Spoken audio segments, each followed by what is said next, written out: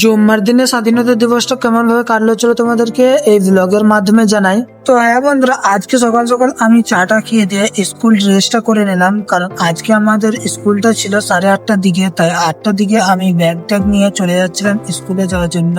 তো আমি বেরিয়ে পড়েছি আমার কেটিএমটাকে নিয়ে, আর কেটিএমটাকে নিয়ে আমি চলে যাচ্ছিলাম আমাদের স্কুলে আসতে আমাদের র্যালি বের হয়ে গিয়েছিল, তাই স্কুলের ভিতরে ভিডিও করা হয়নি। তো আমাদের এই র্যালি শেষ হওয়ার পরে আমাদের প্রোগ্রাম শুরু হবে। তো স্কুলের ভিতর অনেক প্রোগ্রাম হয়েছিল, কিন্তু আমাদের স্কুলের ভিতর স্যাররা বারণ করছিল ভিডিও করার জন্য, তাই আমার ভিডিও বানানো হয়নি। তো তারপরে আমি চলে এলাম ঘরে, আর ঘরে আসতে দেখলাম যে আমাদের 11টা 15 বাজছিল, আর আজকে ছিল জুম্মার দিন, তাই বেশি লেট না করে আমি গামছাটা নিয়ে চলে গেলাম গা ধোয়ার জন্য। আর গাটা ধুয়ে চলে এসেছি আমি এখন। গাটা ধুয়ে এসে দেখলাম যে 12:15 বাজছে, তাই আমি নামাজ পড়তে যাওয়ার জন্য ড্রেসটা পরে টুপিটা নিয়ে আমি চলে গিয়েছিলাম নামাজ পড়তে যাওয়ার জন্য। তো নামাজ পড়ে এসে 1:30টার দিকে দুপুরের খাবারটা কমপ্লিট করে চলে এলাম ঘরের ভিতরে শুয়ে শুয়ে ভিডিওটা এডিট করার জন্য।